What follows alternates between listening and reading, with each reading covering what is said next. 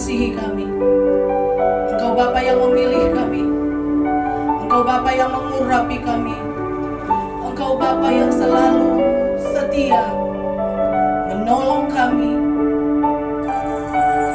Haleluya. Pagi hari ini kita mau siap menyembah Tuhan. Kita mau tinggikan nama Yesus. Kita mempersiapkan hati kita, minta kepada Tuhan. Hati kita diubahkan untuk tetap melayani, menyembah Tuhan. Haleluya. Kami bersyukur kepadamu Tuhan. Bersyukur buat kesempatan yang Kau beri untuk dapat kami melayani Engkau. Bersyukur Engkau memberikan kesehatan yang luar biasa dalam hidup kami. Kami bersyukur buat kebaikan-Mu. Kami bersyukur untuk jamahan-Mu. Biarlah kami yang hadir, yang belum hadir Tuhan, bisa fokus Tuhan kepada-Mu ya Bapa, untuk menerima berkat-berkat-Mu Tuhan. Haleluya. Haleluya. Saudara kami yang belum dapat hadir di tempat ini, berkati Tuhan dan tibakan mereka supaya kami bisa memuji, meninggikan, mengagungkan nama Tuhan.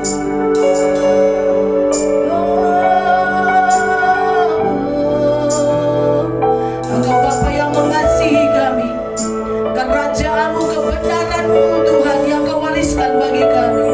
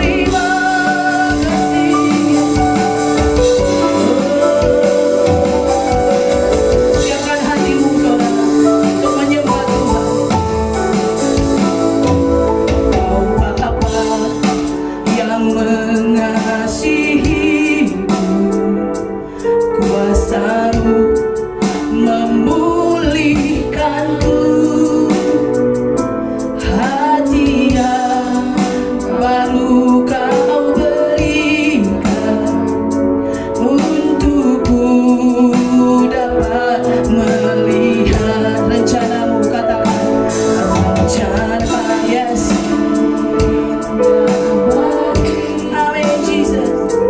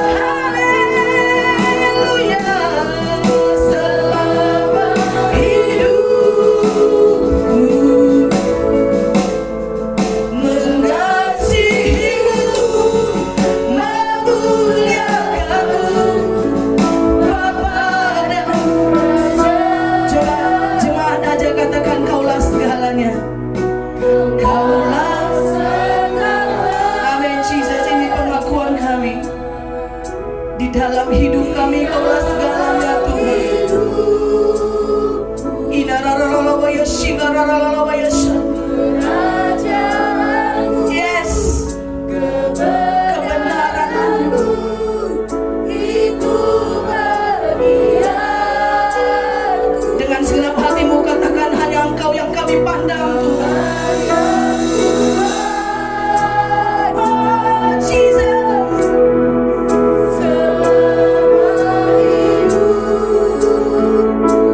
Dari hatimu katakan, mengasihi-Mu.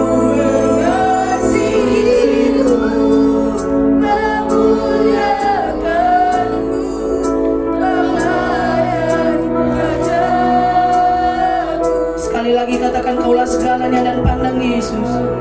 Segalanya. Amin. Di dalam hidupku, kerajaanmu, kebenaranmu itu bagianku.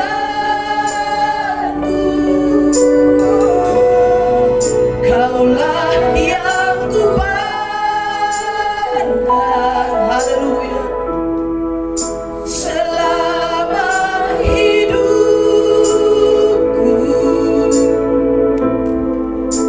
Mengasihi-Mu, memuliakan-Mu, Bapa dan Raja.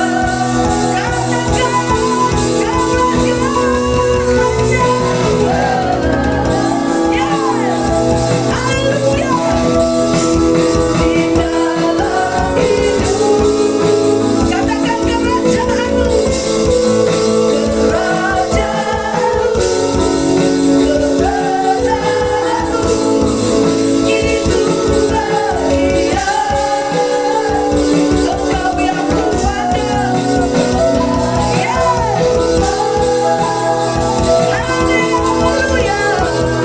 Selama hidup.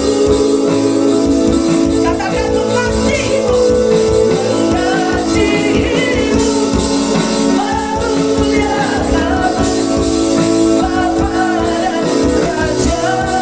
Sekali lagi dengan segenap hatimu dan angkat tanganmu. Segala.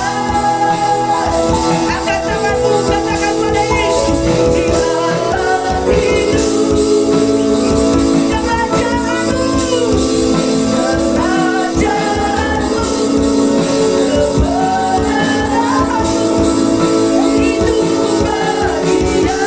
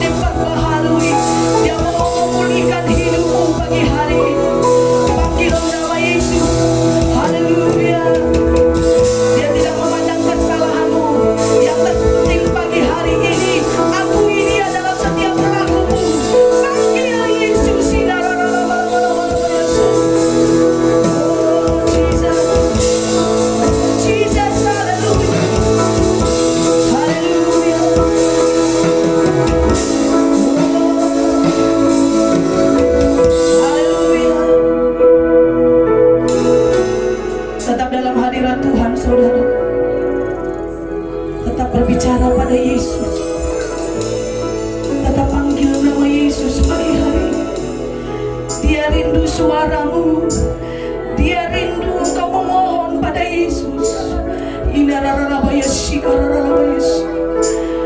Dia rindu suaramu untuk memanggil Yesus. Dia rindu engkau minta sesuatu pada Yesus. Minta pada Yesus. Apa yang kau butuhkan hari ini, minta pada Yesus. Dia mau memberi yang terbaik bagimu. Terima kasih Tuhan. Terima kasih Bapa. Terima kasih Yesus. Aku terima dalam nama Yesus. Aku terima dalam nama Yesus. Rasakan Tuhan. Rasakan jemaat Tuhan. Rasakan. Dia mau memberi yang terbaik.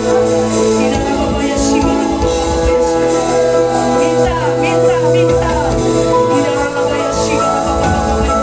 Ini saatnya minta pada Yesus. Ambil dalam nama Yesus. Yes. Haleluya. Aku terima yang terbaik. Yes. Terima kasih Tuhan. Terima kasih Tuhan. Terima kasih. Terima kasih Bapa. Terima kasih Yesus. Haleluya. Terima kasih. Terima kasih Bapa.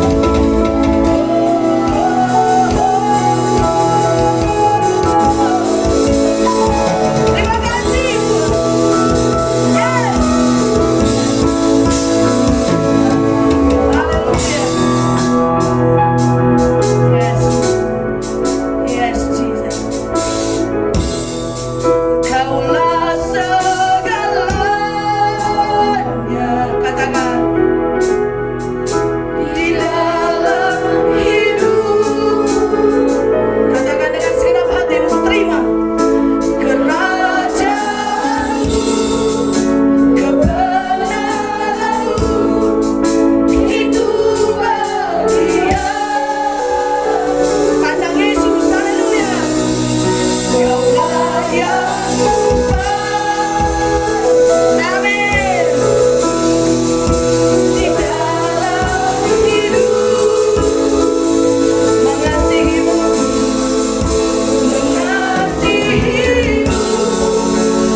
memuliakan Bapa dan Raja. Segenap hati katakan, Kaulah segalanya.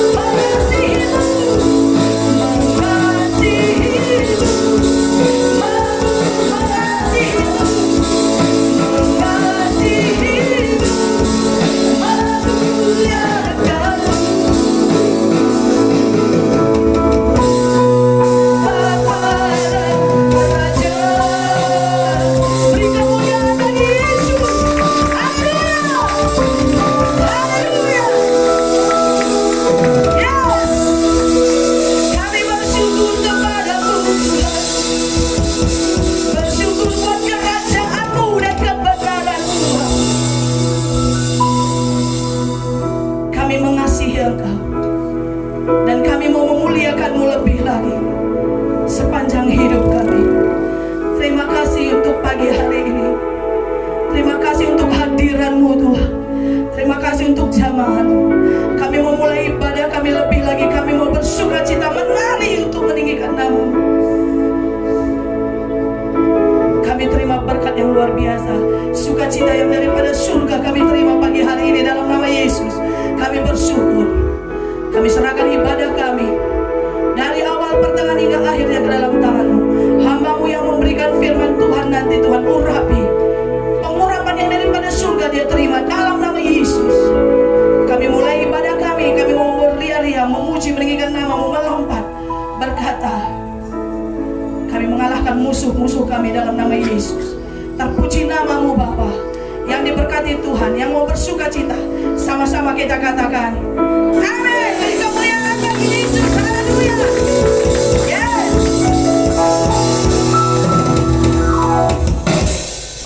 Shalom saudara. Shalom. Ada wajah-wajah baru. Terima kasih untuk datang. Dan kami berharap bukan hanya ini aja. Haleluya. Saudara, siapa yang tidak hadir? Semua kita hadir, amin. Ada lagi yang belum hadir. Coba salami kiri kanan saudara, katakan, aku mau mengalahkan musuh-musuhku. Amin. Amin. Bangkit surga demi Yesus. Kita sama-sama bangkit berdiri. Kita mau mengalahkan musuh kita. Ya. Kita katakan bangkit surga nama Yesus. Ya, Jesus.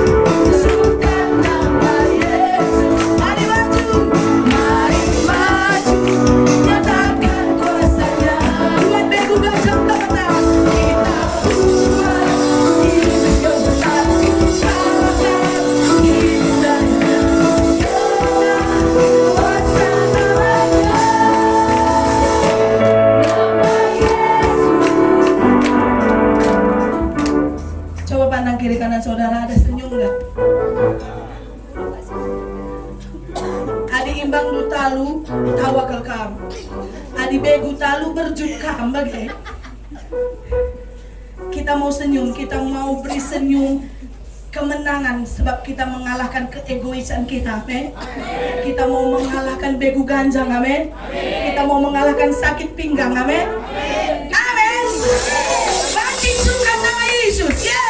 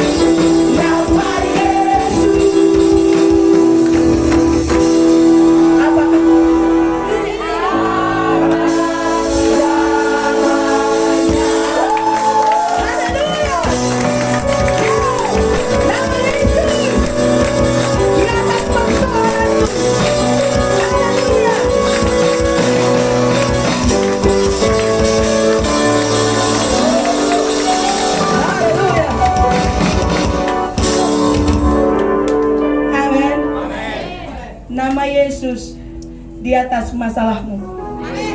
Nama Yesus di atas sakit penyakitmu.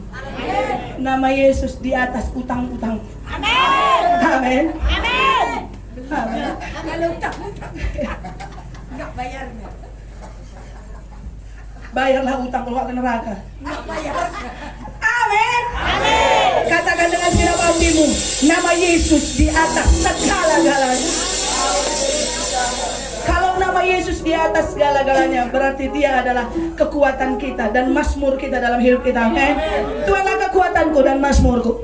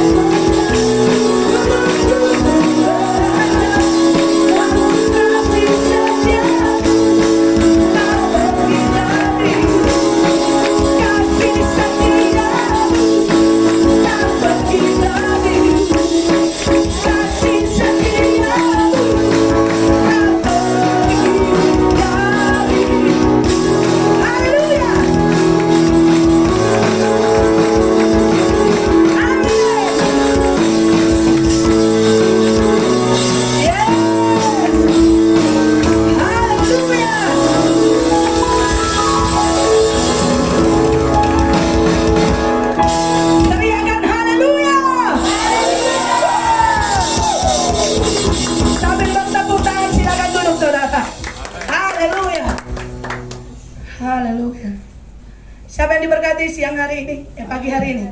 Semua kita diberkati, amin. Ada sukacita, amin. Ada berkat, amin. Sepulang dari gereja nanti ada orang yang mengantarkan uang, amin. Haleluya. Semua amin. Sekali lagi, nanti sepulang gereja ada yang menagih utang, amin. Bayar. Haleluya. Kita akan mendengarkan firman Tuhan. Haleluya. persiapkan hati kita.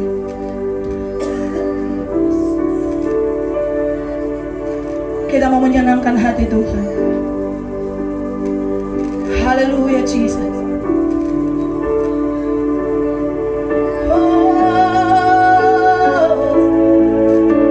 Haleluya Jesus.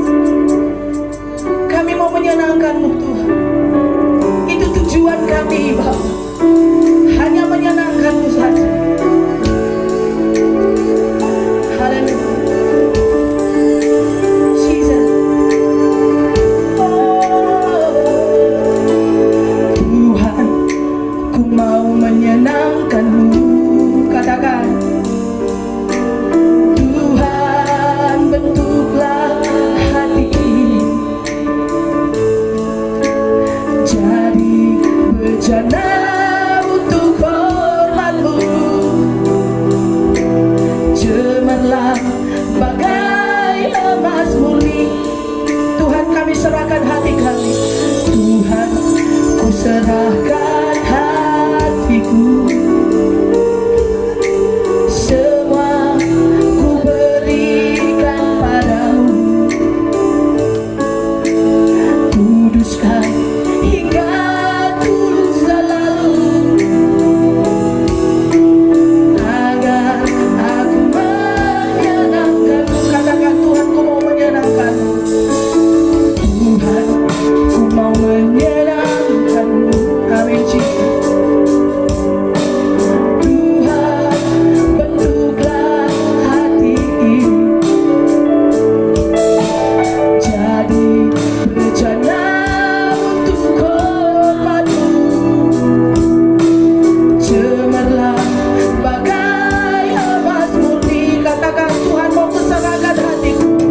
Tuhan, kuserahkan hatiku. Semua ku berikan padamu. Kuduskan hingga tulus selalu, agar aku menyenangkan-Mu. Menyenangkan-Mu, senangkan. Hanya itu kerinduan. Menyenangkan-Mu, senangkan hatimu. Hanya itu kerinduan. Menyenangkan-Mu, menyenangkan-Mu, senangkan-Mu. Hanya itu kerinduan. Menyenangkan-Mu, senangkan hatimu.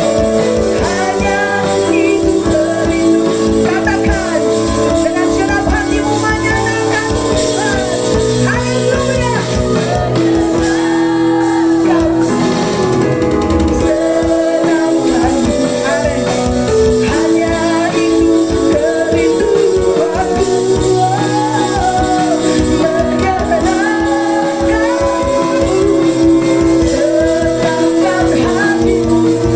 Hanya itu kerinduan.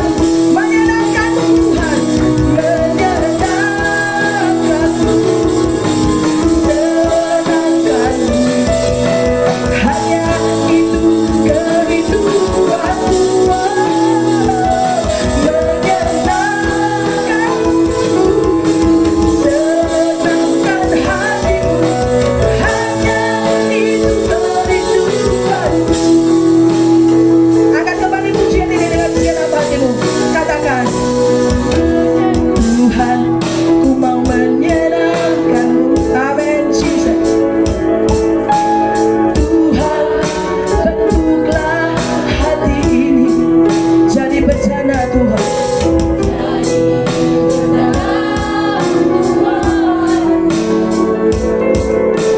Cemerlang bagai emas murni. Tuhan, kami serahkan hati kami. Tuhan, ku serahkan hatiku. Semua Tuhan. Yes.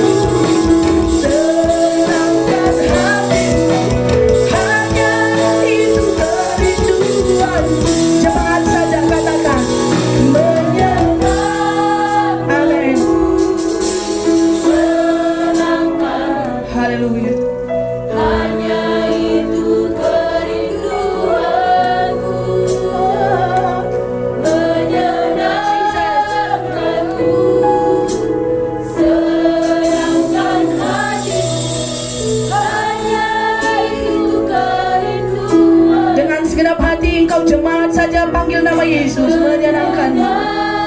Amin, Jesus. Haleluya, jamaah. Jamaah, Jesus.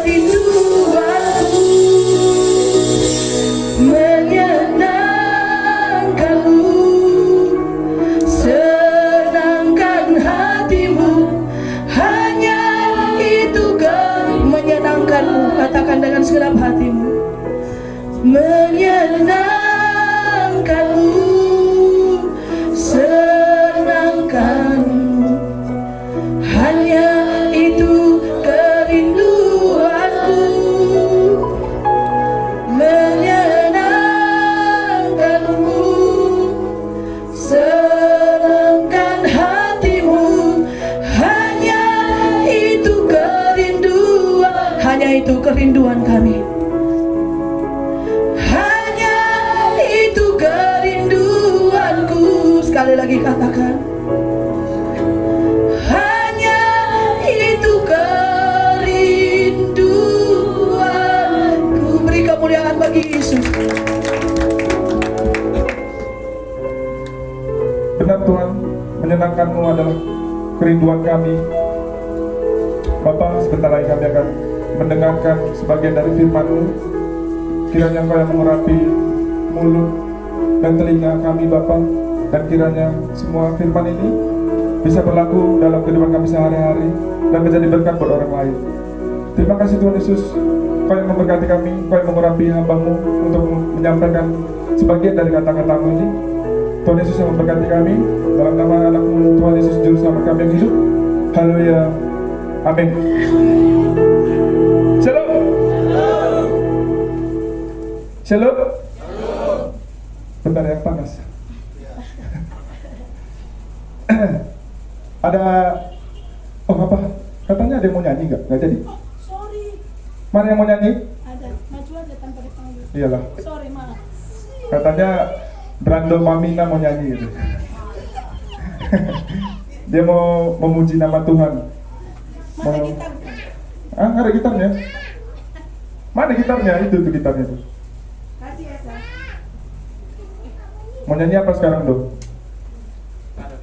Ada deh. Oke. Lagu rohani lah. Kendang. Lagu rohani kan? Oh. Kasih kursi dan aku. Ini kursi tuh. Aduh. Nih.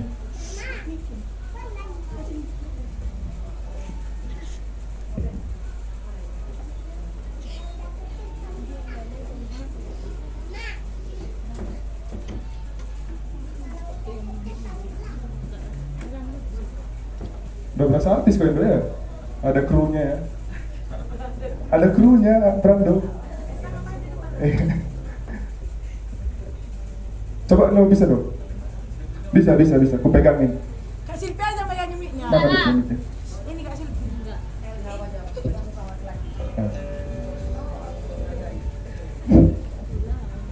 Kasih Esa itunya, kuncinya.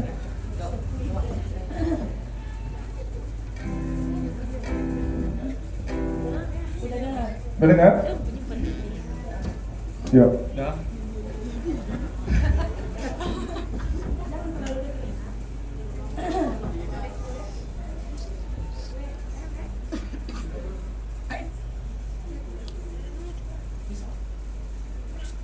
Kalau ada hati kalian mau rekam, tolong rekam.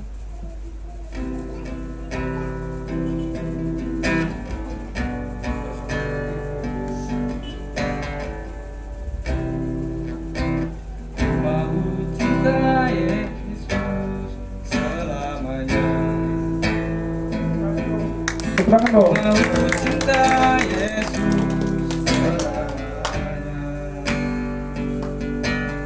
Meskipun badai silih berganti dalam hidupku, tetap cinta Yesus selamanya. Bapa, ini aku anakmu, layakanlah seluruh hidupku.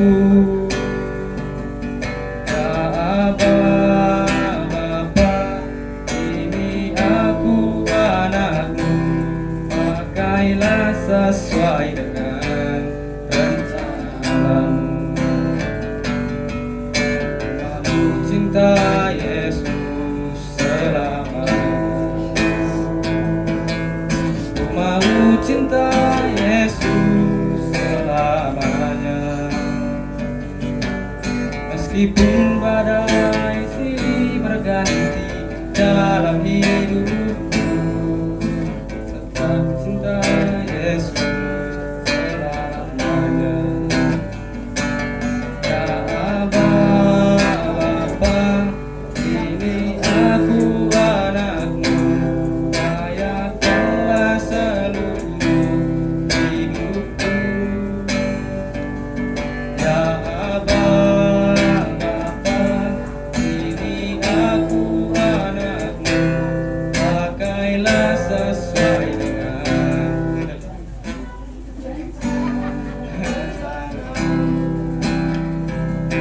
pakailah sesuai dengan rencana.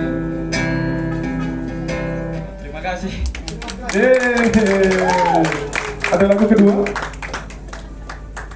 Oh enggak ada ya, oke. Mantap Brando.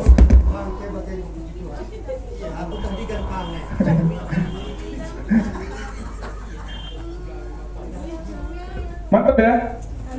Brando itu latihannya 2 bulan kayaknya. Sebelum kami ketemu pun udah latihan dia. Udah direncanakan ya mau nyanyi hari ini ya. Untuk baptisan bulan ya. Itu persembahan pujanya untuk baptisan bulan ini. Jadi apa ya? Terima kasih sekali lagi Brando. Bahkan aku pun gak berani kayak gitu beneran. Karena suaraku pas-pasan. Apalagi kan kita pun gak bisa. Jadi gak mungkin lah. Apa enggak? Kakak mau nyanyi juga? Aku minggu depan. Oh iya, aku minggu depan kata. Saingan kalian ya? Apa? Padahal tadi udah bulan. Harusnya pulang ya minggu depan ya. Tahu gue. Bulan suara bulan ada lagi.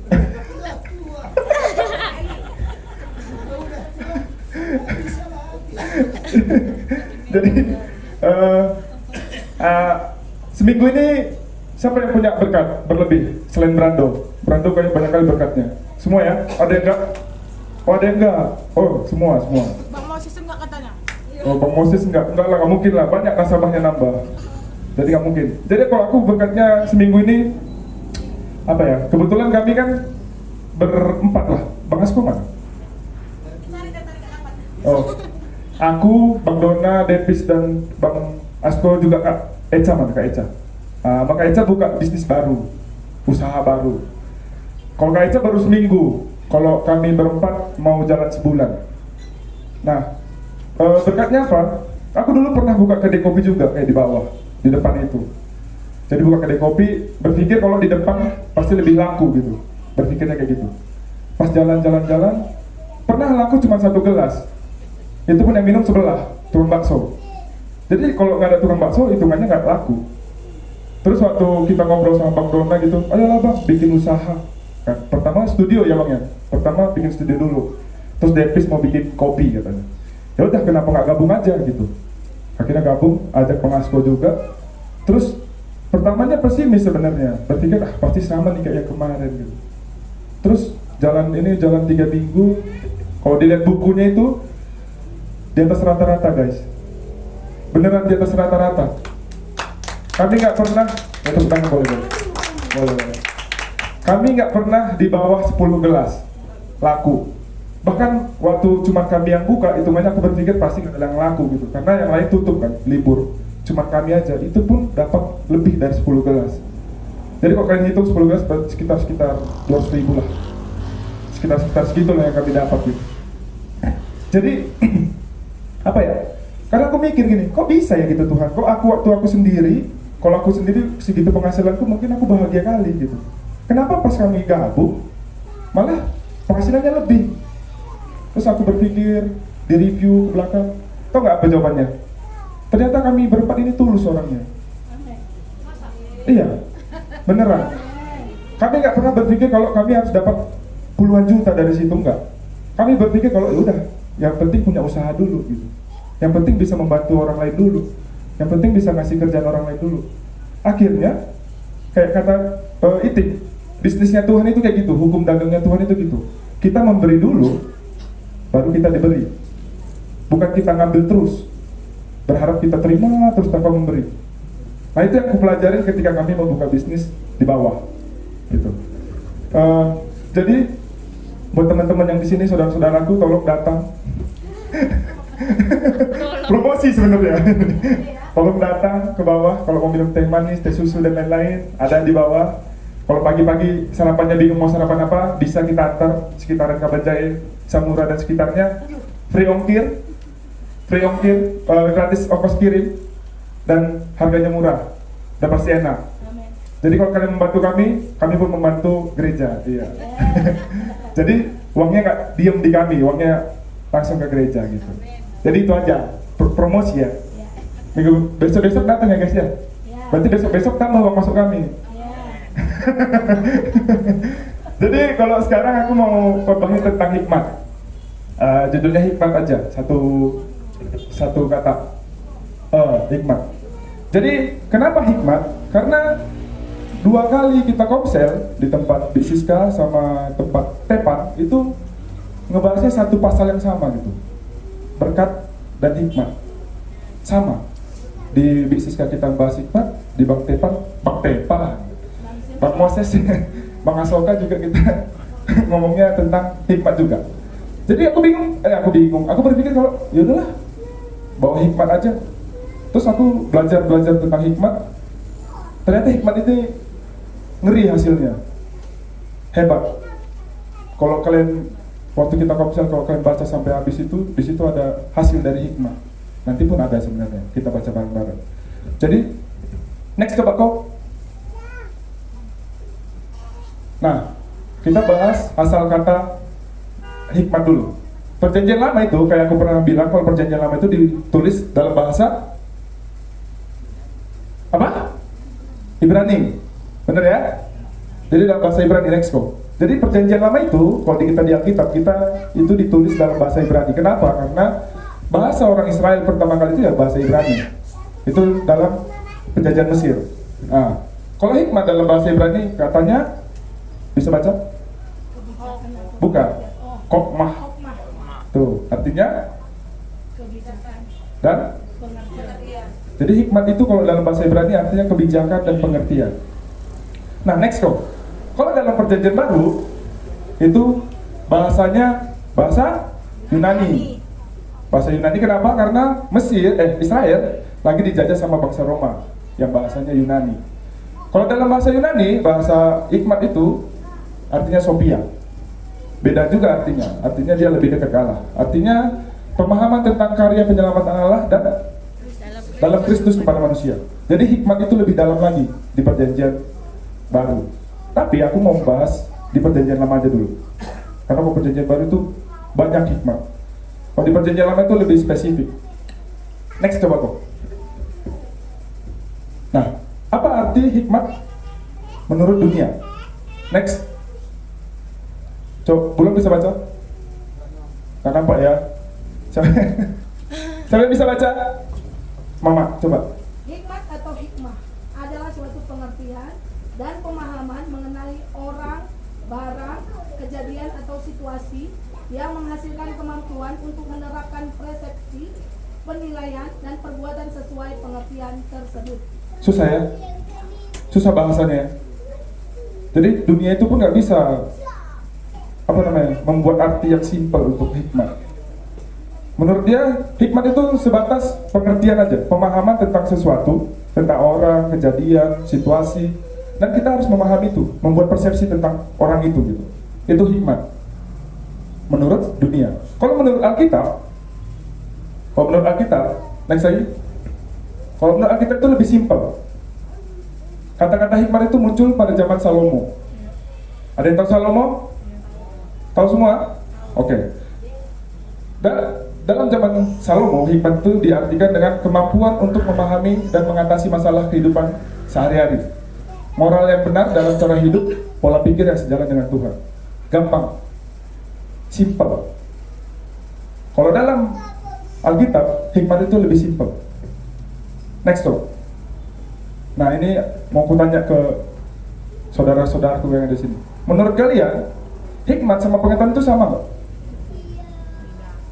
Apa? Beda. Beda. Ada yang sama? Ada yang bilang sama? Nggak ada. Semua bilang beda. Oke, benar. Aku berharapnya kalian bilang tadi sama gitu loh. Kalian bilang beda. Ya udahlah, lanjut. Banyak orang di dunia sebenarnya membuat sama hikmat dan pengetahuan. Kalau orang-orang dunia itu berpikir kalau hikmat itu pengetahuan kok. Bahkan ada sinonimnya. Next coba. Next. Bahkan sinonim hikmat itu dibikin kecerdasan, akal budi, pengetahuan. Ya kan ini pengetahuan semua kan? Kebijaksanaan, kecerdasan. Jadi kalau kita lihat di Kamus Besar Indonesia itu, persamaan kata hikmat itu pengetahuan dibikin. Kecerdasan, akal budi, kebijaksanaan, disamain. Padahal kalau di Alkitab itu beda. Next coba. Nah, di Alkitab itu beda guys. Apa bedanya? Next. Di Amsal 9 ayat 12. Amsal 8 ayat 12. Coba 1, 2, 3 baca-baca bareng-bareng. 1, 2, 3 ya. Aku hikmat tinggal bersama-sama dengan kecerdasan, dan aku mendapat pengetahuan dan kebijaksanaan. Nah, aku di sini ngomongin tentang si hikmatnya ya, bukan Tuhannya, hikmat itu. Jadi dia bilang hikmat itu tinggalnya bareng-bareng sama pengetahuan ya, kecerdasan. Kecerdasan itu pengetahuan. Jadi mereka itu beda. Tapi kalau tinggal sama-sama, jadinya utuh, sempurna, indah. Jadi kalau hikmat sendirian, dia nggak bisa hidup sendirian. Kalau pengetahuan pun nggak bisa hidup sendirian. Jadi harus bareng-bareng. Contoh, next coba. Next. Nah, gimana sih perbedaan hikmat dan pengetahuan? Ada yang tahu? Ada yang tahu? Halo. Gak konsen nih. Halo. Shalom. Nah, apa beda? Gimana perbedaan hikmat dan pengetahuan? Ada yang tahu nggak? Tadi kan pada bilang, oh beda kok. Ada yang bilang, ada yang tahu? Nggak ada. Jadi tadi asal ngomong aja ya, beda. Beda nggak? Beda. Ya. Kalau pengetahuan? Kalau pengetahuan dipelajarin. Satu-satu aku bingung. Biring dulu. Pengetahuan dipelajari. Ah. 2 tambah 2 sama dengan 4. Betul. Kalau hikmat? Kalau hikmat, kalau Raja Salomo ada sukuan yang tinggal serumah yang ada anaknya, ditukarnya anaknya yang mati. Malam-malam. Kata dia ke Raja Salomo. Tawa diri. Salomo ini kan nggak dibelah, nggak terus di ini mau anak siapa? Anakku. Ya. Diberikan Tuhan hikmat sama Salomo. Bagaimana caranya? Ambilkan pedang, biar kalau anaknya setengah sama kita. Ada hikmat. Pasti nanti yang punya anak ini nggak mau dia serahkan saja. Jadi besok minggu depan biring aja Bapak.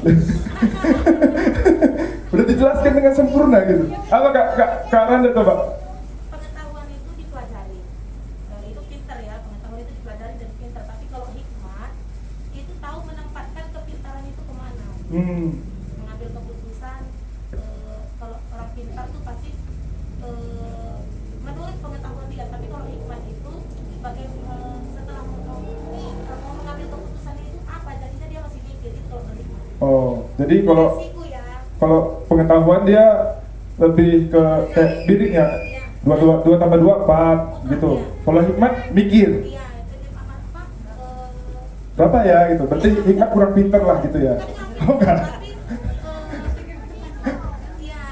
Tapi iya. Nggak apa-apa, aku ngerti kok kak. Tenang, santai. Jadi benar, dua-duanya benar. Kalau Biri ngomong langsung ke contohnya. Jadi kalau Biri ngomong langsung ke contoh. Kalau pengetahuan 2 tambah 2 4. Kalau hikmat ya kayak Salomo waktu disuruh dipilih nih satu anak 2 ibu, mana nih mamanya?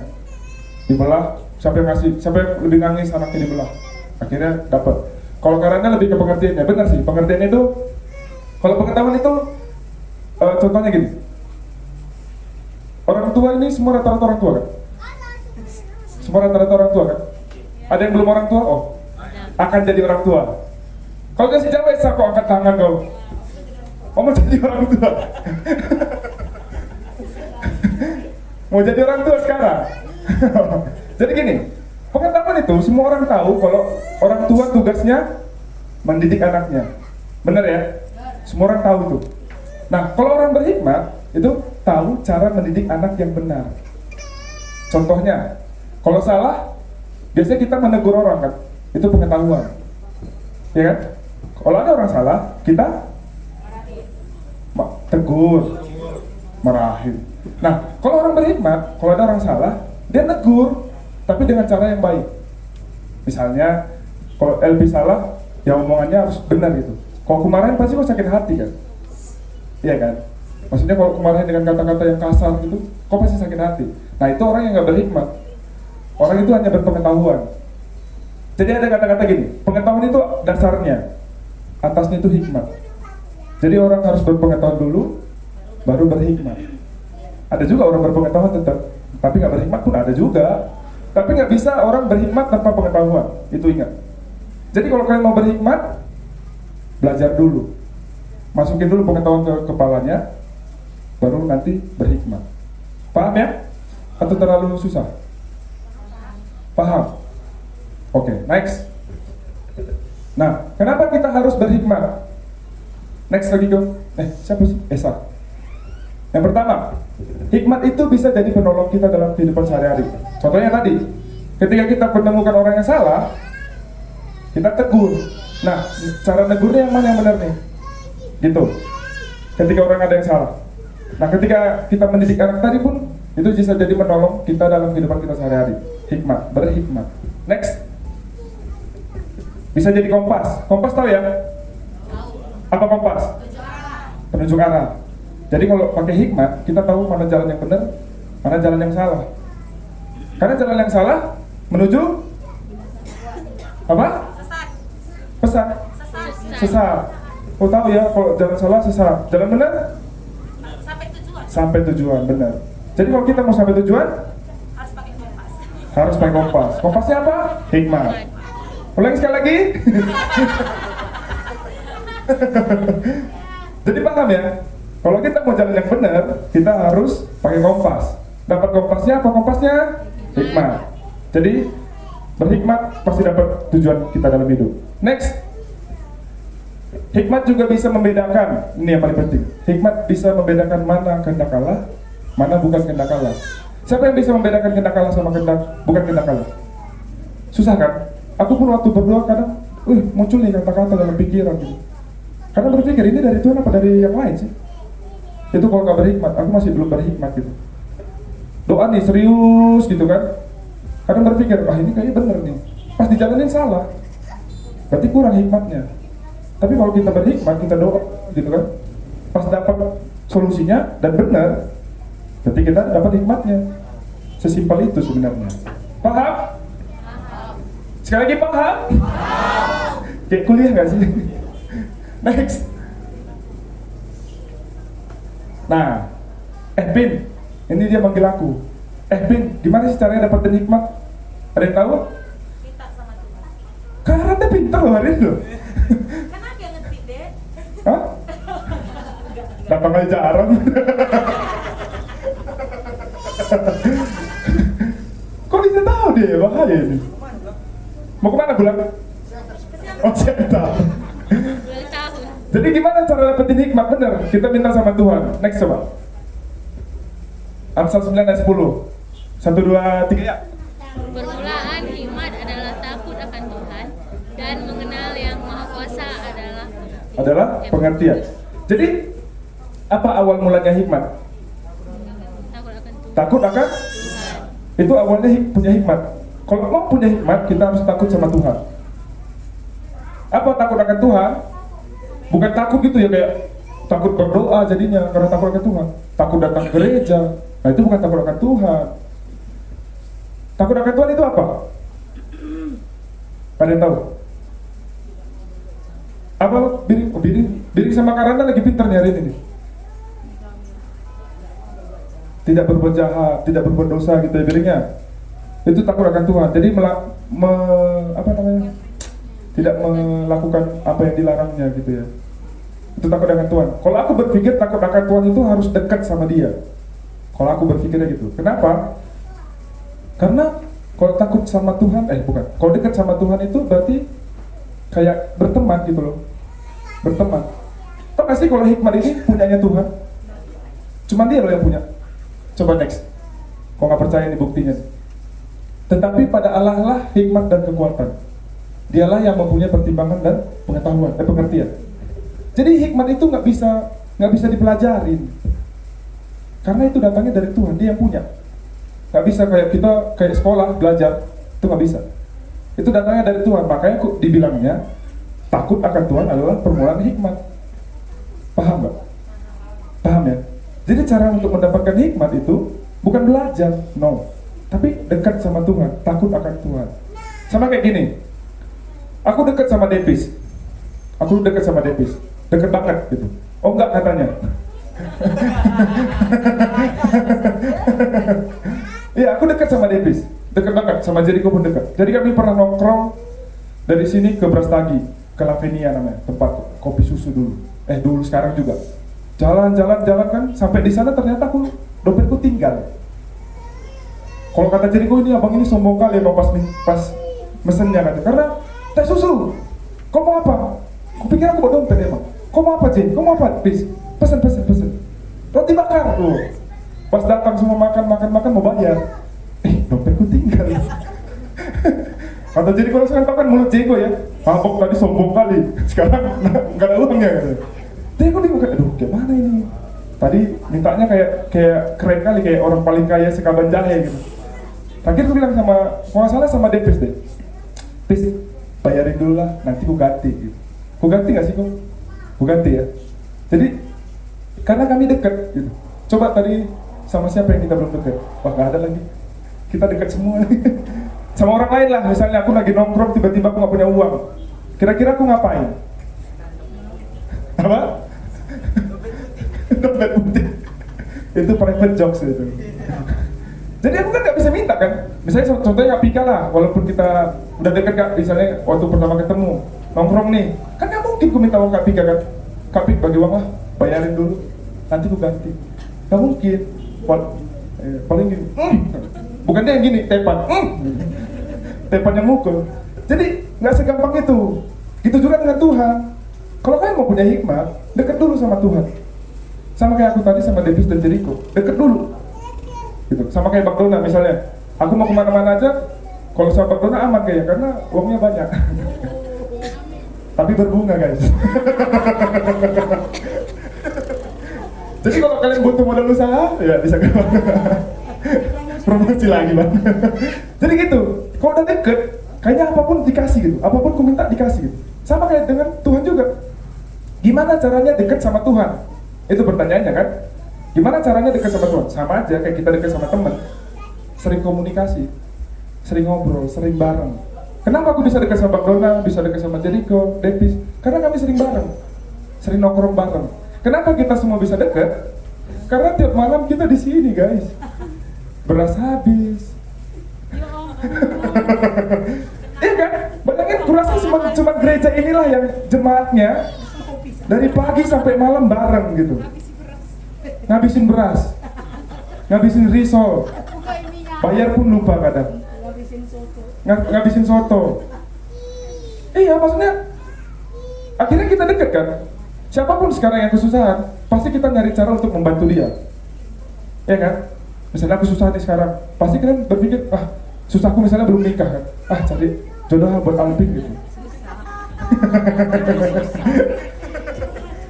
Iya kan? Kalian tahu kesusahanku belum menikah misalnya. Kalian pasti berpikir, yang mana yang cocok buat Alvin? Dan kalian pasti ngasihnya nggak sembarangan. Karena kita deket. Jadi kalian berpikir, harus yang terbaik nih buat Alvin gitu. Gitu juga dengan Tuhan. Jadi kalau mau deket sama Tuhan, sering-sering ngobrol, sering-sering bareng, akhirnya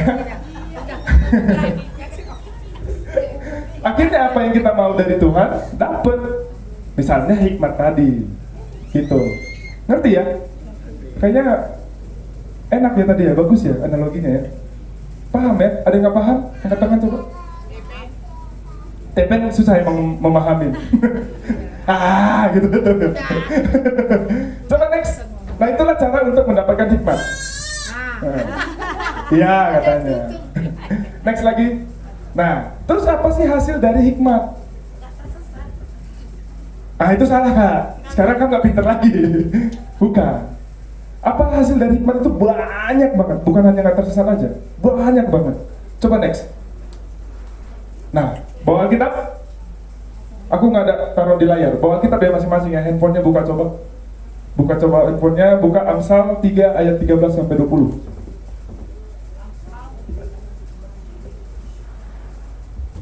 Amsal 3 ayat 13 sampai 20. Gak usah di layar, biarin aja, biar baca Alkitab masing-masing. Sabar, nggak disuruh. Ini kita bacanya gantian ya. Aku ayat 13, kalian ayat 14, dan selanjutnya kayak gitu. Nanti ayat 20 kita bareng-bareng. Udah dapat? Amsal 3 ayat 13. Ada yang belum? Bisa sharing ke sebelahnya kalau yang nggak ada. Sharing dan semua baca. Biarin nggak idahnya. Amsal 3 ayat 13 sudah? Yang udah bilang amin. Amin. Oke, kita mulai ya. Amsal 3 ayat 13. Berbahagialah orang yang mendapat hikmat, orang yang memperoleh kepandaian. Karena keuntungannya melebihi keuntungan perak dan hasilnya melebihi emas. Ia lebih berharga daripada permata. Apapun yang kau inginkan tidak dapat menyamainya. Umur panjang ada di tangan kanannya, tangan kirinya kekayaan dan kehormatan. Jalannya adalah jalan penuh bahagia, segala jalannya sejahtera semata-mata. Ia menjadi kehidupan bagi orang-orang yang mengenalnya. Siapa yang berpegang padanya akan pasti berbahagia. Dengan hikmat Tuhan telah meletakkan dasar bumi dan pengertian ditetapkannya langit. Ayat 20 bareng-bareng 1, 2, 3 ya. Dengan pengetahuannya air samudra raya berpencaran dan awan menitikkan embun. Jadi apa aja yang dapat kalau kita berhikmat? Umur panjang, emas, perak, ya kan? Kebahagiaan, pohon kehidupan, banyak ya. Utang lunas, ya. Kayak yang tadi. Apa siapa yang berhutang? Jadi kalau berhikmat banyak banget hadiahnya. Padahal kata-kata cuma satu, tapi hadiahnya banyak banget. Itu kalau datangnya dari Tuhan, ya kan? Dapat apa aja? Umur panjang, kebahagiaan, emas, bahkan melebihi dari emas katanya. Keuntungan, melebihi dari emas loh. Jadi nggak ada kata-kata untuk apa namanya? Itulah hasil dari kalau kita berhikmat. Semua baca kan tadi kan? Semua dengar kan? Jadi kalau mau dapetin yang tadi ya harus berhikmat gitu. Next. Nah, ini satu-satunya orang di dunia mungkin. Kalau di Alkitab dia emang satu-satunya. Jadi bisa kita bilang di dunia ini satu-satunya orang yang pas ditanya kau mau apa, dia bilang aku mau hikmat dan kebijaksanaan. Dia nggak mau yang lain. Dia cuma mau hikmat dan kebijaksanaan. Kalau kita di posisi dia nih, apa yang kita minta? Tuhan bilang gini, apa yang kau mau kukabulkan? Kayak di film-film Aladin, kukabulkan 3 permintaanmu. Apa yang kalian minta? Apa? Uang banyak. Terus ada lagi yang lain? Lamborghini. Ada yang lebih spesial? Apa istri? Istri pulang. Dia bilang, istri pulang katanya. Kenapa istri katanya? Masuknya belum punya istri. Oh. Kalau pulang enggak lah. Nggak lagi ya. Jadi nggak ada kan yang minta hikmat dan kebijaksanaan kan? Padahal barusan diajarin loh. Nggak ada yang minta. Jadi cuma dia sebenarnya yang bilang, udah aku mau hikmat dan kebijaksanaan katanya. Jadi di sini aku mau ngomongin 7 fakta tentang Salomo. Coba yang pertama, Esa. Yang pertama, Salomo merupakan raja ketiga Israel setelah Daud dan Saul. Kalian tahu ini Salomo ini anak siapa? Anak siapa Salomo? Saya Karanda. Anak siapa Salomo? Daud. Istrinya Daud, mamanya Salomo siapa? Mamanya Daud siapa? Mamanya Daud. Mamanya Salomo siapa? Hah? Kapika. Kapika mamanya Tepan. Siapa? Gak ada yang tahu? Gak ada yang tahu? Jadi mama Salomo ini adalah Batsheba. Tahu Batsheba siapa? Yang selingkuhannya Daud. Selingkuhannya Daud. Nih Salomo ini awal hidupnya sedih loh sebenarnya. Dia lahir dari selingkuhan gitu. Bukan istri sah. Daud banyak istrinya yang sah, tapi Batsheba enggak. Tahu nggak ceritanya gini sedihnya? Pas mereka bercinta, padahal si Batsheba ini masih punya suami, Uria namanya. Terus pas bercinta, akhirnya hamil lah si Batsheba. Kata Daud gini, Uria kamu pergi berantem, berperang supaya kau mati gitu. Perang, akhirnya Uria mati. Terus Batsheba sedih kan? Ditaruhlah ke rumahnya. Tuhan marah loh. Tuhan bilang gini, kalau kau masih bergaul dengan dia bilang gini, anak yang lahir itu harus dibunuh, harus mati. Tahu nggak Daud apa yang dilakukan ketika dapat jawaban itu? Dia berpuasa sampai doanya itu dia baring-baring di tanah. Saking dia nggak mau anaknya itu mati, baring-baring di tanah, berpuasa berhari-hari lah dia berpuasa supaya Tuhan memaafkan dia. Terus jawabannya kira-kira Tuhan maafin gak? Enggak. Akhirnya anaknya mati. Jadi satu yang bisa aku ambil dari sini, ketika kita berbuat dosa, kita tetap bayar harga. Jadi hati-hati berbuat dosa. Gitu. Daud berpuasa loh. Daud itu dipilih Tuhan loh. Itu aja nggak dimaafin. Kenapa? Karena dosanya itu terlalu gitulah. Bahasanya susah. Jadinya kayak gemes gitu loh. Akhirnya anaknya mati. Nah ketika anaknya mati, Tuhan nggak langsung karena anaknya itu dianggap udah lunas lah dosanya, akhirnya dikasih anak yang baru namanya Salomo. Salomo ini artinya damai dalam bahasa Ibrani. Jadi dia pembawa damai gitu. Tapi ingat, Daud istrinya nggak cuma ini ya, banyak istrinya. Nah, coba next. Di sini, kalau kalian baca nanti di rumah di Tawarik ini, dijelaskan kalau di Israel itu nggak bisa anak yang lain yang jadi raja. Cuman anak sulung dari Daud, namanya Adonia. Harusnya itu yang jadi raja. Cuman Tuhan mengalahkan tradisi itu. Tuhan ngalahin adatnya orang Israel. Karena dia berpikir kalau Salomo lebih baik. Akhirnya Salomo yang diangkat jadi raja. Padahal anak sulungnya Daud banyak, istrinya banyak. Ini si Batsheba istri keberapa gitu. Jadi bisa kok. Kalau kita sama Tuhan, apapun masa lalu kita, Tuhan pasti tetap pakai. Bahkan batu aja dipakai Tuhan untuk melayani. Apa aja gitu. Coba next lagi. Itu fakta pertama. Dia raja ketiga di Israel. Yang kedua, nih yang tadi aku bilang, satu-satunya orang yang minta hikmat. Waktu dia akan jadi raja, dia masih muda kan. Dia masih muda. Terus dia datang ke Tuhan di Bukit Gibeon. Dia bilang gini, kata Tuhan gini, kau mau apa dari aku? Jawabannya tau gak apa yang kerennya? Tuhan, aku masih muda, aku gak layak jadi raja sebenarnya. Jadi aku minta hikmat dan kebijaksanaan aja. Yang lainnya gak usah. Aku minta itu aja karena ini negara yang besar, ini bangsa yang besar. Aku gak mampu untuk jadi raja di situ gitu. Nah, akhirnya Tuhan ngasih. Tapi lucunya ini di next coba. Di sini juga ditawarin ini bilang, Tuhan nggak kasih itu aja ternyata. Tapi pertama dikasih hikmat dan kebijaksanaan, selanjutnya dia ngasih kekayaan. Kekayaan, tau nggak? Next lagi.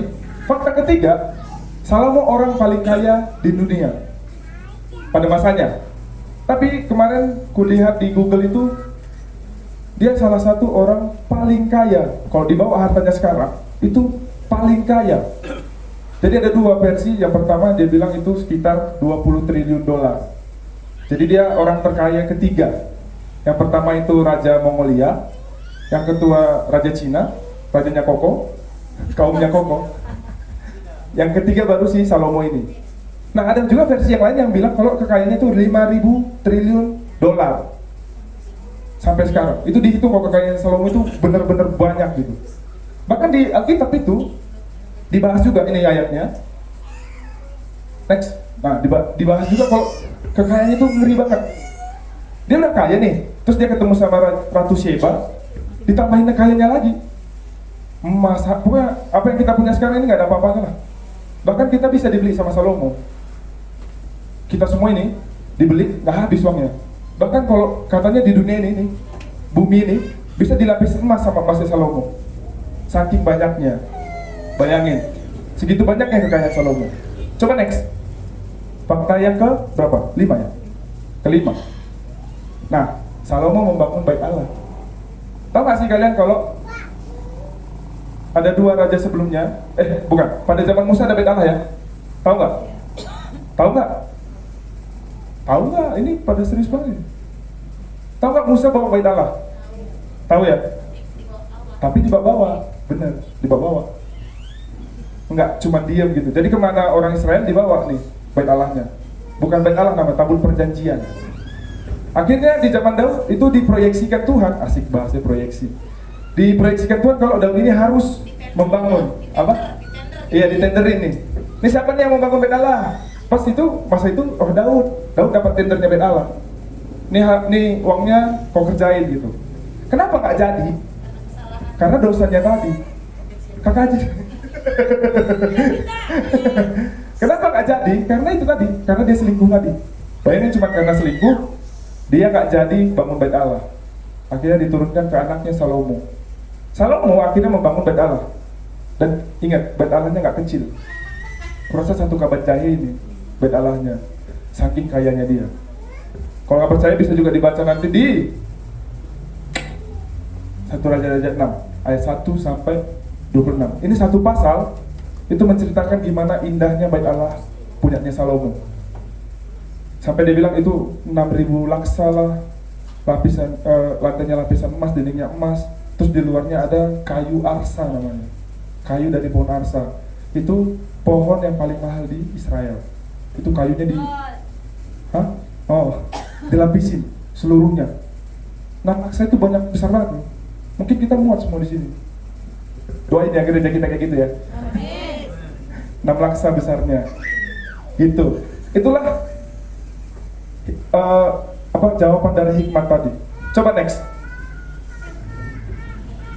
Nah, Israel itu dipimpin sama Salomo itu 40 tahun. Di sini sebenarnya letak kesalahannya Salomo. Kalau aku bilang, ini fakta ke-6 ini, fakta ke-5 nih adalah letak kesalahannya Salomo. Salah satu letak kesalahan Salomo. Kenapa? Padahal kan sini bahasanya bagus kan? Dibikin besar negaranya, ditakutin sama orang-orang, negara-negara lain. Tapi di sini sebenarnya letak kesalahannya. Karena negara yang dihancurkan itu adalah negara yang nggak kenal sama Tuhan. Dia nggak menginjil ke situ. Dia hanya menaklukkan. Dia menaklukkan, dia beranggapan kalau itu hanya bisa ditaklukkan aja.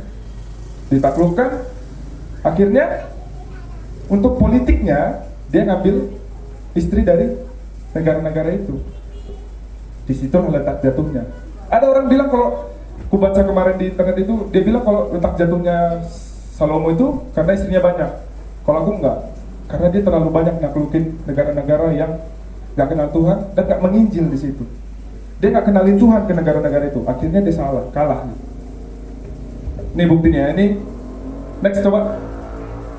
Kalau ini 1 Raja-Raja 4 ini membuktikan kalau besar luasnya kerajaannya. Next. Nah ini Salomo punya 1000 istri, 700 yang sah, 300 yang main-main, yang iseng-iseng aja gitu. Bayangin 700, mungkin setahun nggak habis, masih ada sisanya.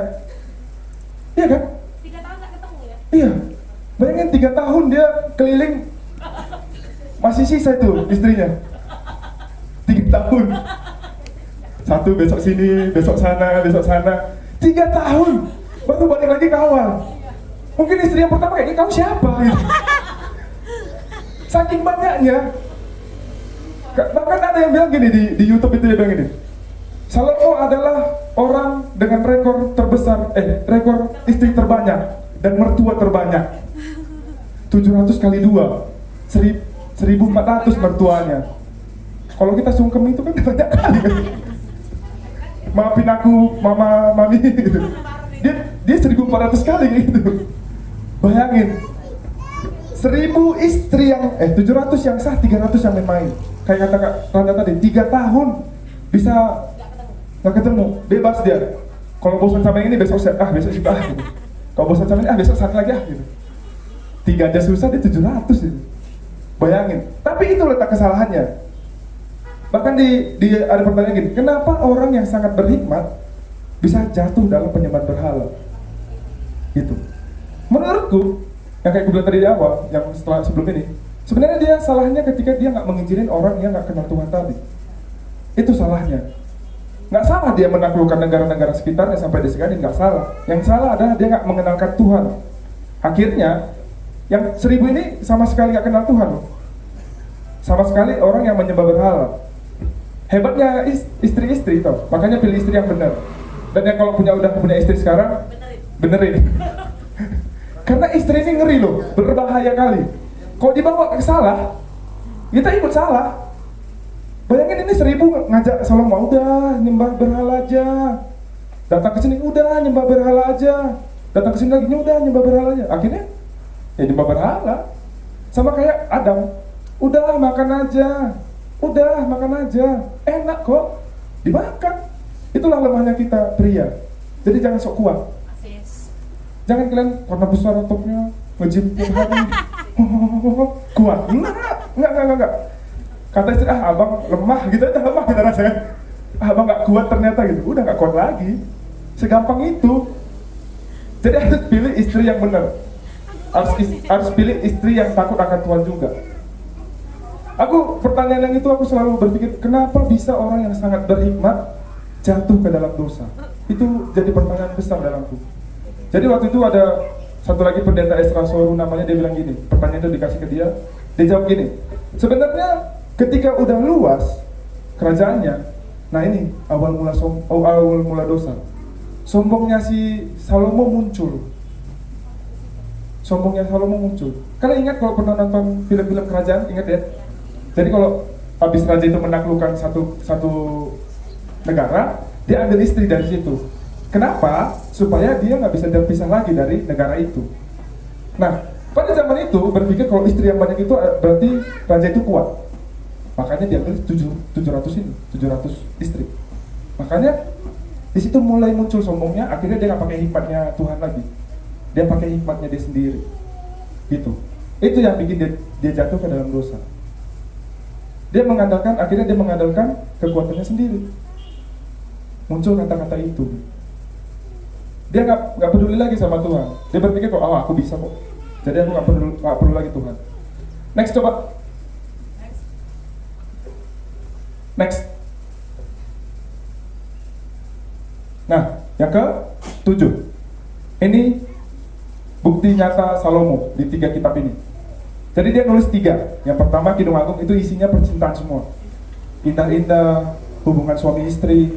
Itu ditulis pada dia masih muda. Masih muda dia nulis itu. Yang kedua, itu Amsal. Dia nulis Amsal karena di dalam itu hikmat semua kan.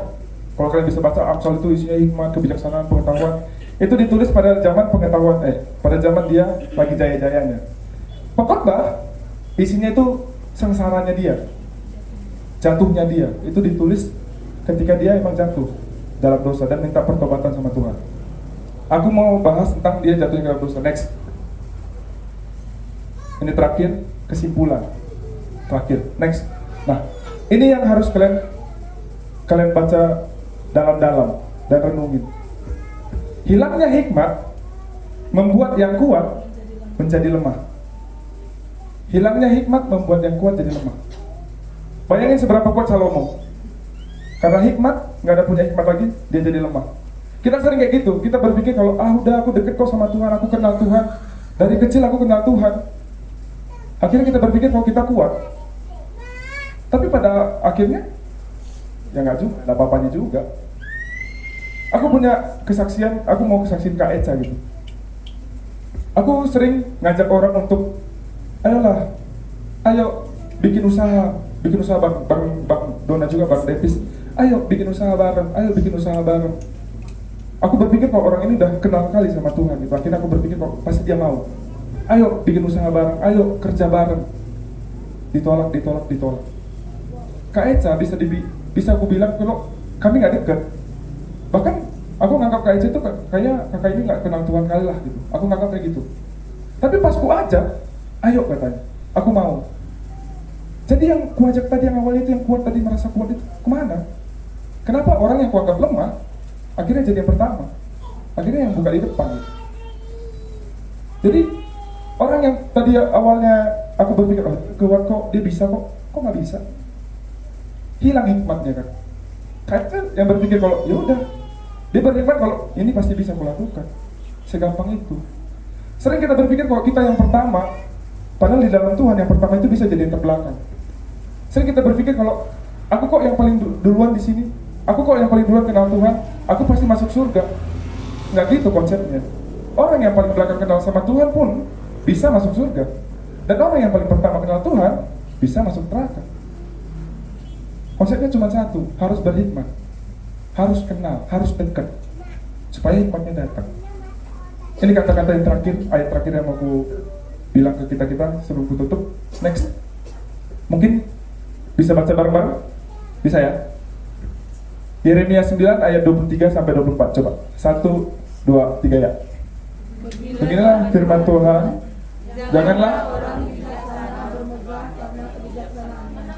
Janganlah orang kuat bermegah karena kekuatannya. Janganlah orang kaya bermegah karena kekayaannya. Tetapi siapa yang mau bermegah, bahwa ia memahami dan mengenal aku, bahwa akulah Tuhan yang menunjukkan kasih setia. Sungguh demikianlah firman Tuhan. Jadi jangan pernah andalkan kekuatan kita dalam menjalani kehidupan. Karena kalau kita mengandalkan kekuatan kita, yang tadi aku bilang, yang pertama bisa jadi yang terakhir, dan yang terakhir bisa jadi yang pertama. Jadi kalian ini yang di sini itu tiap doanya gereja ini. Oke? Kalian yang membuat besar gereja ini. Jangan nanti gara-gara sesuatu yang harusnya kalian di sini terus pas besar, kalian hilang. Itu yang mau aku sampaikan. Jangan kayak Salomo, yang awalnya dia berhikmat banget, dekat sama Tuhan, pada akhir hidupnya dia jauh dari Tuhan. Bahkan harus meminta pertobatan yang berkali-kali. Bayangin, harusnya dia bisa besar, pada akhirnya dia jadi kecil. Bahkan Israel itu jadi kebelah dua pada zamannya. Gitu. Jadi itu aja firman Tuhan sekarang hari ini. Buat yang baptis, semangat, karena baptisnya pasti seru. Karena baptis itu jalan menuju kedekatan sama Tuhan. Habis baptis pasti berhikmat. Oke? Oke, Belang? Siapa yang baptis hari ini? 6 ya? 1, 2, 3, 4, 5 Bulan, 6 ya? 1, 2, 3, 4, 5, 6. Jadi semangat, jangan takut. Biasanya ada yang takut kalau dibaptis. Karena mungkin setengah jam dicelupin, nggak diangkat lagi. Jadi gitu aja firman Tuhan hari ini. Kami undang Davis ke depan. Mari kita bersatu dalam doa. Ya Bapa yang ada di surga, terima kasih Tuhan Yesus, Kau telah memberikan sebagian dari firman-Mu. Terima kasih Kau telah mengajar kami tentang hikmat. Terima kasih Kau telah mengajari kami tentang kehidupan Raja Salomo yang awalnya indah, tapi tidak pada akhirnya. Kami juga mau berhikmat Tuhan, ajarkan kami untuk tetap setia denganmu, tetap mengandalkanmu, tidak mengandalkan kekuatan kami. Ajarkan kami untuk dekat denganmu Tuhan, untuk tetap ngobrol, tetap sama-sama denganmu Tuhan, supaya kami bisa lebih berhikmat lagi dalam menjalani kehidupan kami. Inilah firman-Mu Bapa, kiranya firman ini bisa menjadi rema dalam kehidupan kami, bisa kami lakukan dalam kehidupan kami sehari-hari. Terima kasih Tuhan Yesus, inilah doa kami. Haleluya, amin.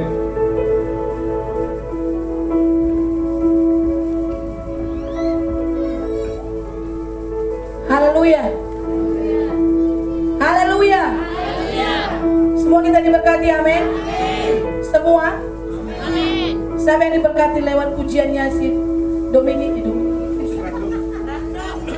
Brando. Semua kita diberkati. Saya paling diberkati, saudara. Kadang-kadang saya nggak berani nyanyi sendiri, main gitar lagi.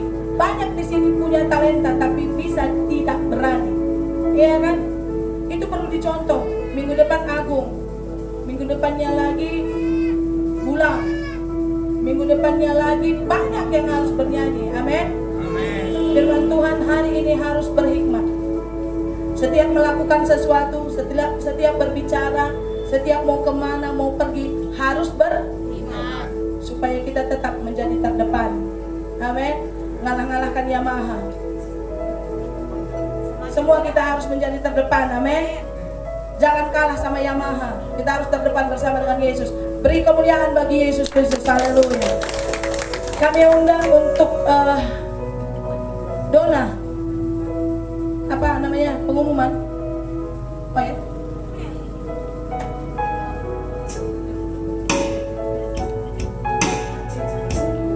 Kami undang yang pengumuman jam.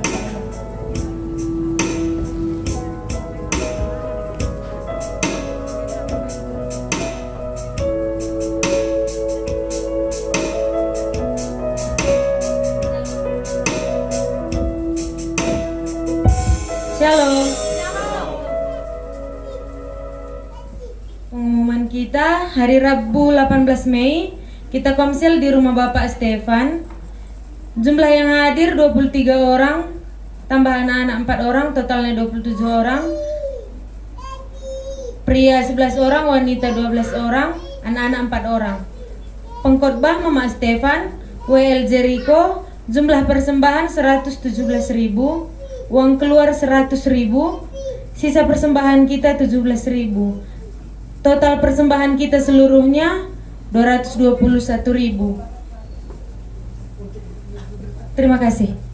Mungkin ada pengumuman yang lain.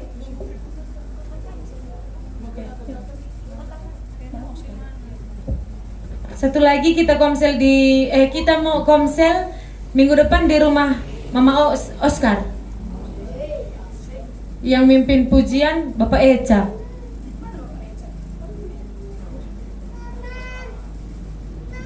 Sekian, udah. Mungkin ada pengumuman yang lain, Meli? Ada pengumuman yang lain? Diakonia, tabungan.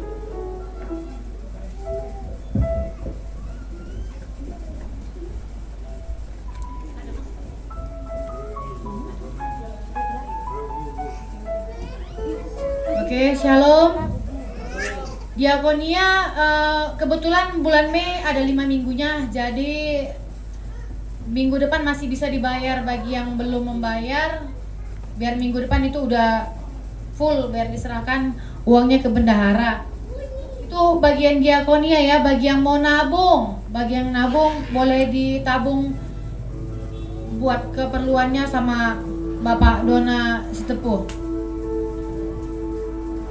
Yang baca doa sapaan Iping. Saudara, kenapa kita tadi jam 9 masuk tetapi agak terlambat sedikit? Karena ada pembaptisan. Jadi selesai nanti ibadah di tempat ini, kita berkumpul semua di bawah. Saya mohon maaf sebentar ya, nanti mau berangkat saya mau ngasih bunga ini untuk Bapak di Lingga. Jadi kita dari Lingga perginya, kita singgahkan bunga ini di makam Pak Sinulingga, baru langsung kita berangkat ke Air Panas. Siapa yang mau ikut kumpul nanti langsung, kita bayar sendiri mau masuknya, Dan makan juga bawa sendiri. Kalau ada yang berhikmat, kasihlah makananku nanti, itu aja. Oke. Nah, kita akan berangkat selesai nanti ibadah, kita langsung berkumpul. Siapa yang mau ikut, persiapkan makanan, uang masuk, pulang pergi ongkos. Enggak dikutip ya, Don? Enggak ya? Oh enggak. Berarti uang masuk aja. Oke. Haleluya. Kita akan selesaikan ibadah kita akan tutup ibadah kita. Saudara, siapa yang mau memberikan persembahan nanti ada di belakang. Kotak persembahan, ucapan syukur dan perpuluhan ada di belakang. Kita persiapkan hati kita. Haleluya.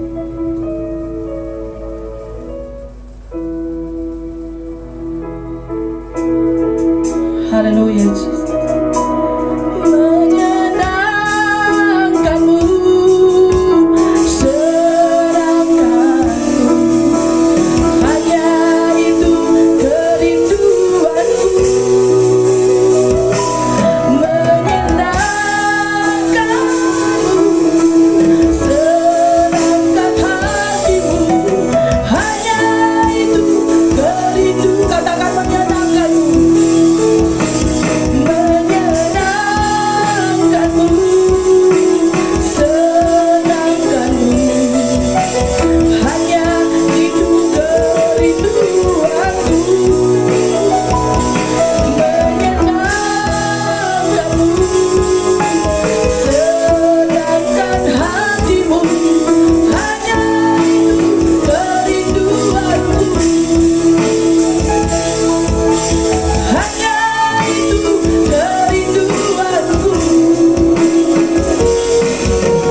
Hanya itu kerinduanku.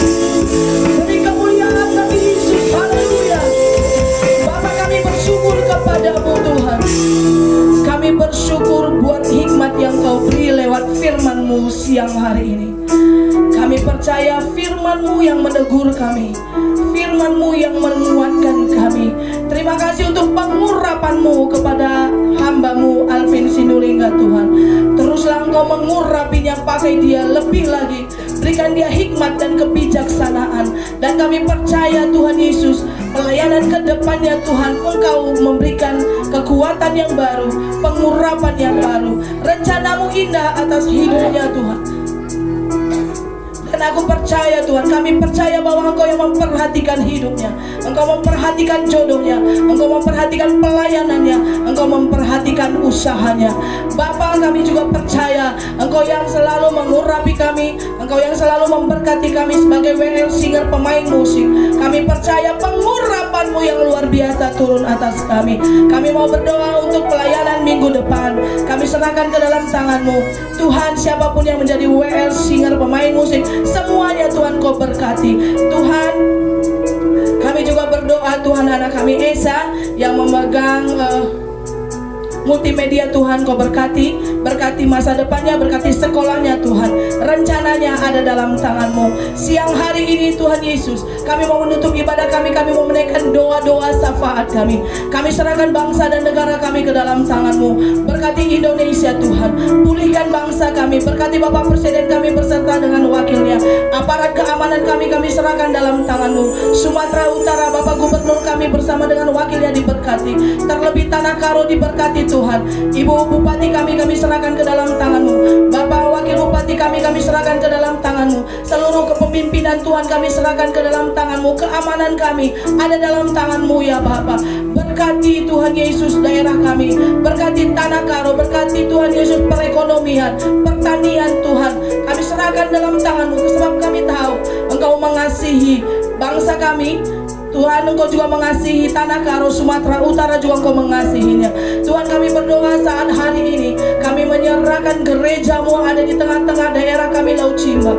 Berkati gereja-Mu, gereja-Mu yang menjadi berkat bagi Laut Cimba Tuhan. Diberkatilah Laut Cimba ya Tuhan. Diberkati setiap rumah tangga, diberkatilah anak-anak muda, orang tua, semuanya diberkati ya Bapa.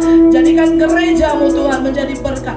Jadikan kami para pelayan yang ada di dalamnya pengurapan, hikmat, kebijaksanaan, kebijaksanaan datang daripada surga, sehingga kami menjadi contoh bagi orang di sekeliling kami, menjadi berkat bagi sekeliling kami. Tuhan Yesus, setiap jiwa-jiwa yang hadir, hamba-hambamu yang hadir, jemaatmu yang hadir, diberkati ya Bapa.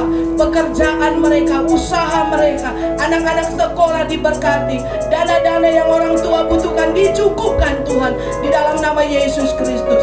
Bapa, kami percaya Engkau Allah yang luar biasa, Allah yang ajaib, yang selalu memperdulikan kami. Tuhan, sebentar kami mau berangkat ke air panas. Perjalanan kami Tuhan, kami serahkan ke dalam tangan-Mu. Dan di acara pembaptisan nanti Tuhan, banyak jiwa diberkati, dan saudara-saudara kami, umat-Mu yang dibaptis diberkati. Dan satu hal kami minta Tuhan, pemulihan terjadi, berkat yang luar biasa tercurah, dan tingkap-tingkap langit terbuka di dalam nama Yesus Kristus. Urapi hamba-Mu yang akan membaptis Tuhan, urapi juga pelayan-pelayan-Mu yang ikut serta dalam melayani dalam pembaptisan. Berkati kami Tuhan, berkati kami sepanjang minggu ini. Kami percaya Tuhan Yesus, hari-hari yang kami lalui penuh hikmat dan kebijaksanaan, karena kami berserah dan duduk di kaki-Mu. Dan pimpin kami, hidup kami Tuhan, berkenan kepadamu. Tuhan, sebentar kami akan memberikan persembahan, tangan-tangan yang akan memberi Tuhan, persembahan, ucapan syukur, perpuluhan. Engkau yang memberkatinya 30 kali ganda, 60 kali ganda, bahkan 100 kali ganda. Engkau memberkatinya ya Bapa.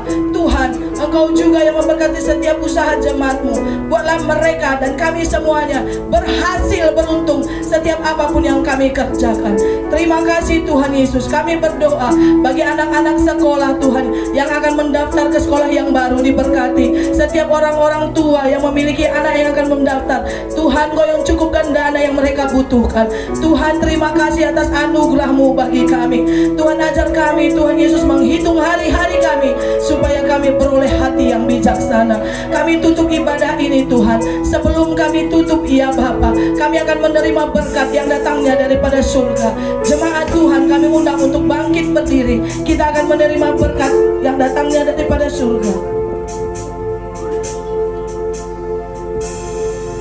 Jemaat yang dikasihi Tuhan Yesus, pulanglah dengan penuh sukacita dan damai sejahtera. Arahkanlah hatimu kepada Allah, jadilah saksi Tuhan, dan terimalah berkat Tuhan. Angkatlah kedua belah tanganmu.